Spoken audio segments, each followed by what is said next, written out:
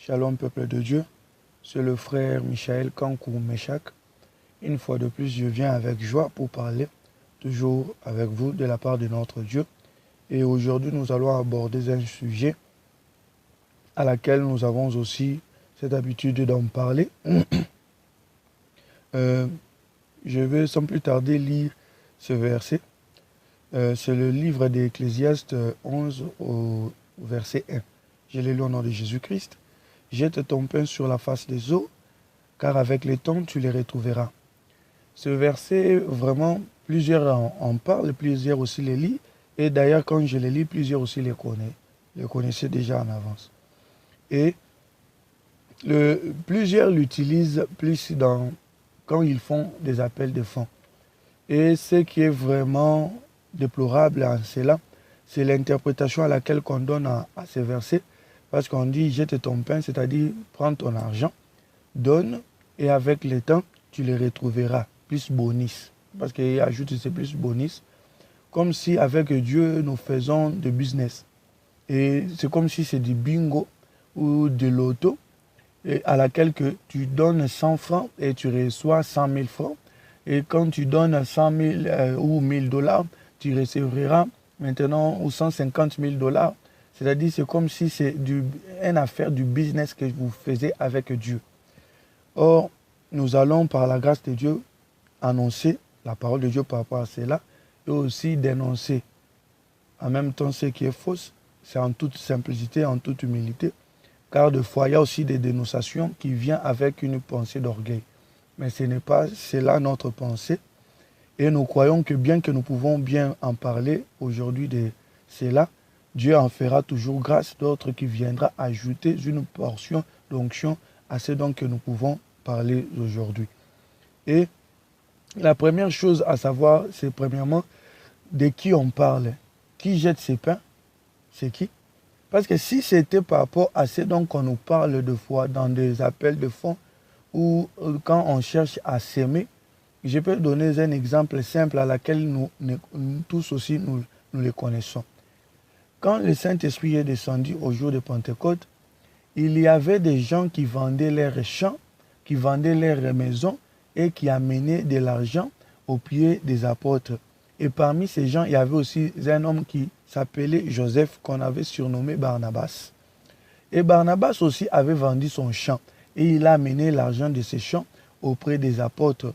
Nulle part tu verras, après avoir donné ses champs, il avait acheté 5 champs après, où il était devenu avec 10 champs après. La pensée de notre Dieu, c'est la pensée premièrement d'amour, et c'est la pensée quand on donne ou on s'aime, en ce qui concerne ce qui est de l'argent ou de bien, c'est avec une pensée d'amour en ce Dieu que nous adorons, car l'adoration est d'ailleurs un amour extrême à laquelle que nous manifestons à notre Dieu. Ça n'a rien à voir avec du business, ça n'a rien à voir avec ces donnants à laquelle que nous avons cette pensée et qu'on a inculqué au peuple de Dieu, comme si tu donnes, il faut que Dieu te les redonne 100 000 fois. 100 000 fois, ou bien combien, parce qu'il tire aussi un verset à laquelle il interprète mal en ce qui concerne quand Pierre avait parlé à Jésus, nous avons tous abandonné et nous t'avons suivi. Et quand nous t'avons suivi, qu'est-ce que nous aurons au retour? Et Jésus-Christ avait dit, en ce siècle, vous aurez au centuple. Et les gens ont défini ces centuples-là sur des choses éphémères de la terre. Pierre aussi était un pêcheur, il avait des barques. Pourquoi son centuple, il n'avait pas reçu, il n'était pas devenu avec 100 barques de pêche pour commencer à pêcher des poissons? Est-ce que vous comprenez que la pensée de Jésus-Christ en parlant de cela n'était pas de la manière dont nous pensons rapidement? La gloire de Dieu, c'est de cacher des choses. Il faut maintenant entrer dans la pensée de Dieu. Alors, qui peut connaître la pensée de Dieu si ce n'est que l'Esprit de Dieu? C'est pour cela qu'il faut avoir l'Esprit de Dieu pour interpréter des choses selon la pensée de Dieu. Jésus-Christ a parlé du centuple et des gens ont directement pris ces centuples-là dans ce qui concerne des biens matériels. Or, quand vous regardez la personne même à laquelle que Jésus s'est adressé, Pierre n'était pas devenu ni un millionnaire à cette époque-là. Il n'avait pas réussi les centuples à la manière dont vous les définissez. Comme s'il était devenu avec 100 barques où il avait acheté des milliers de maisons après. La parole de Dieu parle que de Christ, Jésus-Christ. Et il faut savoir, quand nous parlons aujourd'hui sur ce livre d'Ecclésiaste 11, qui dit « Jette ton pain sur la face des eaux, et avec le temps tu les retrouveras ». C'est de qui qu'on parle. C'est de qui qu'on parle. Qui jette ses pains? Qui jette ses pains? Nous allons lire la Bible premièrement, parce que nous devons avoir des témoins qui sont des Écritures, et nous ne devons pas parler de nous-mêmes. Lisons d'abord Luc 24, 44 ensemble avec vous. Luc 24 au verset 44. Je le cherche et dès que j'ai trouvé, je l'ai trouvé, je l'ai lu au nom de Jésus-Christ.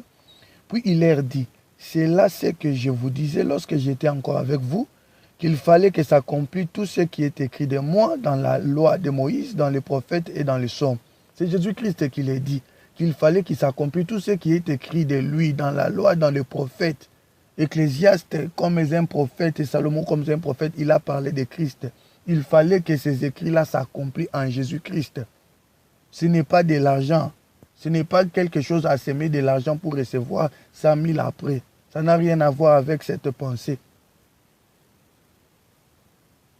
Et nous allons voir par rapport aux Écritures, qui est ce pain?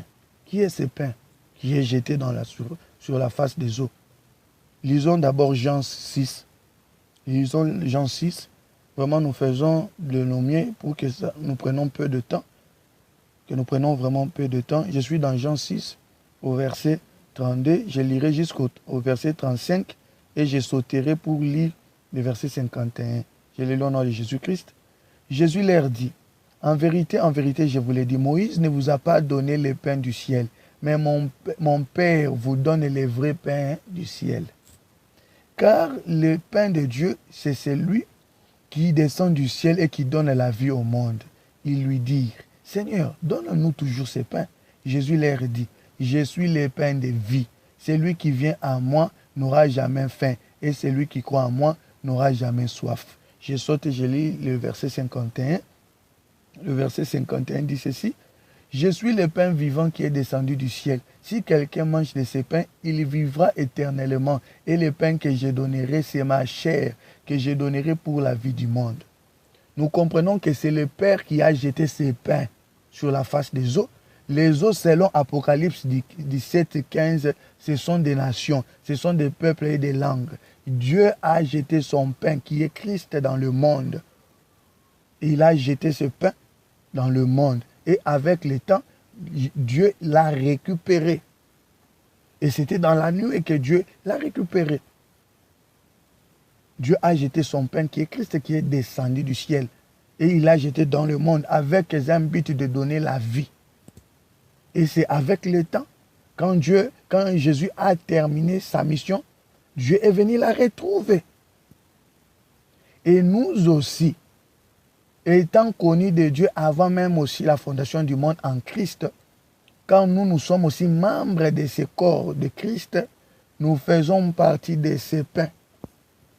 De même que Christ a été retrouvé par le Père, de même nous aussi nous serons retrouvés, car en nous aussi nous avons ce pain qui est sa parole. Et Colossiens 1, là nous pouvons le lire, Colossiens 1, au verset 18 dit ceci, Colossiens 1 au verset 18 dit ceci, je le lis au nom de Jésus-Christ, il est la tête du corps de l'Église. Il est le commencement, le premier-né d'entre les morts, afin d'être en tous les premiers. Jésus-Christ étant celui qui est le premier en tout, c'est lui qui a manifesté d'abord cette œuvre de ce pain.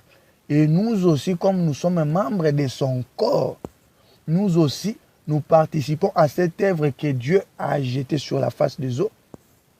Et il viendra nous retrouver.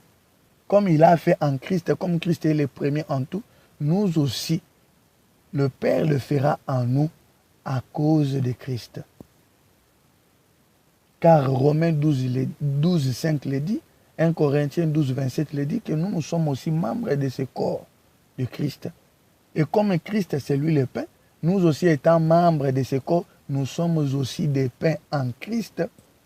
Quand nous portons la parole de Dieu en nous, Et de même que le Père viendra nous récupérer en son temps, afin que nous puissions vivre ensemble avec lui dans la gloire. C'est un peu ça. Je peux dire la portion à laquelle que Dieu nous a donné par sa grâce à parler par rapport à ces sujets, par rapport à ces versets. Et vraiment, c'est avec joie. Et nous aimons toujours aussi des questions parce que c'est important à ceux dont-là qui ne saisissent pas peut-être notre langage dans certains points. Ils peuvent toujours aussi nous poser des questions sur cela. Que Dieu nous bénisse tous au nom de Jésus-Christ. Amen.